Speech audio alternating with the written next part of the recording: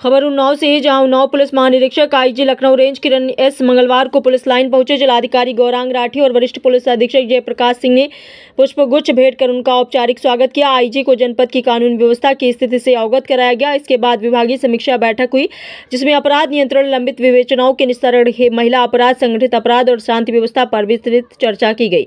बता दें, बैठक में अपर पुलिस अधीक्षक दक्षिणी प्रेमचंद, क्षेत्राधिकारी सफीपुर सोनम सिंह तथा प्रशिक्षु आईपीएस संचित शर्मा सहित अन्य अधिकारी मौजूद रहे। समीक्षा बैठक के दौरान आईजी किरण एस ने अपराधों की रोकथाम के लिए प्रभावी रणनीति अपनाने के निर्देश दिए। उन्होंने अपराधियों के विरुद्ध कठोर कार्रवाई और संगठित अपराध पर विशेष निगरानी रखने को कहा।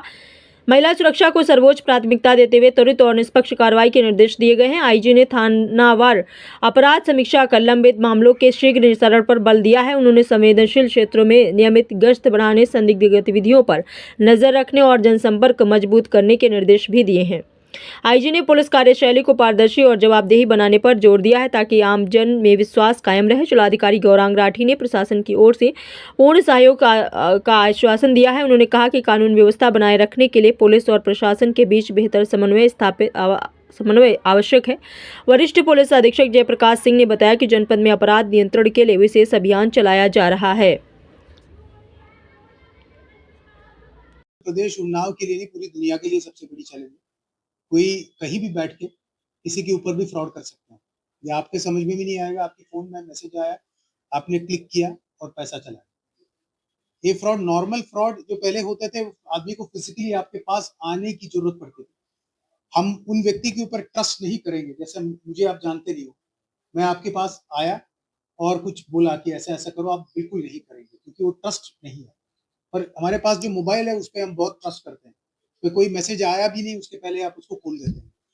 तो इसके सबसे पहले चाहिए अवेयरनेस कि हम अननोन लिंक्स पर क्लिक ना करें। इसके कई सारे I4C, MHA और उत्तर प्रदेश सरकार, उत्तर प्रदेश पुलिस के द्वारा मैसेजेस टीवी में और व्हाट्सएप के माध्यम से प्रचलित है, और न्यूज़पेपर में भी एडवर्टाइजमेंट्स आते हैं। दूसरा चीज, अगर आपके साथ बाई चांस हो गया, तो गोल्डन आवर होता है 1 घंटे के अंदर, उसके में 1930 और NCRP पोर्टल में तुरंत आप उस सूचित करें, क्योंकि पैसा अगर निकल जाता है फिर मिलना मुश्किल हो जाता है ट्रैक करना।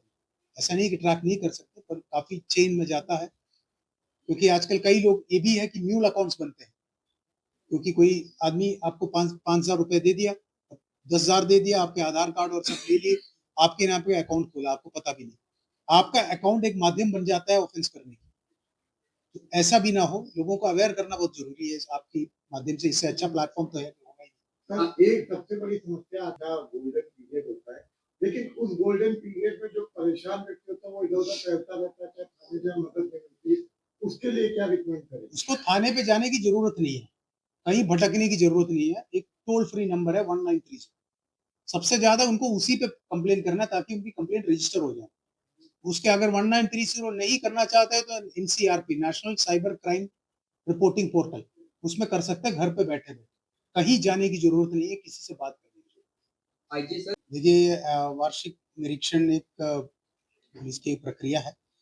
इसी के लिए उन्नाव आया था। पहले सबसे पहले पुलिस लाइन, उसका आवासीय परिसर, आर्मरी और अन्य शाखाएं का निरीक्षण किया गया। तदुपरांत गेस्टेड ऑफिसर्स की गोष्ठी और SHOs के साथ ऑनलाइन एक मीटिंग किया गया। SHO साहबानों को मोटा मोटा तौर पर ये बताया गया कि लंबित विवेचनाओं की निस्तारण करें, और जो वांछित अपराधी है, जो काफी मात्रा में पाए गए कि जो वांछित है और अरेस्ट नहीं हुआ है, इनके ऊपर कार्रवाई करें, और नॉन अवेलेबल वारंट्स जो कोर्ट से आए हुए हैं इनके एग्जीक्यूशन करें।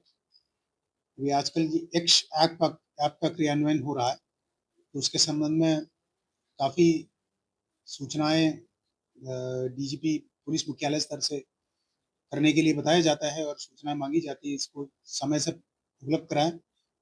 और महिला संबंधी अपराध में खास करके नए वाले जो भारतीय नागरिक सुरक्षा संहिता है, इसमें और पॉक्सो एक्ट में टाइम समय सीमा निर्धारित किया हुआ है, उस समय सीमा के अंतर्गत कार्रवाई करने की कोशिश करें, और आगामी त्योहारों में सुरक्षा व्यवस्था सुदृढ़ रखें, इस संबंध में चर्चा हुई। और गेस्टेड ऑफिसरों के जो ऑफिस प्रोसीजर है उस संबंध में बात हुई। अभी पुलिस ऑफिस में मुख्य रूप से अकाउंटेंट और हेड क्लर्क की शाखाएं होती है, इसकी निरीक्षण किया गया, तो कुछ पॉइंट्स नोट करके बताए गए। और आगे थानों का भी निरीक्षण नियमित रूप से करना बनता है, तो थाने पे सर, होली का त्योहार आगामी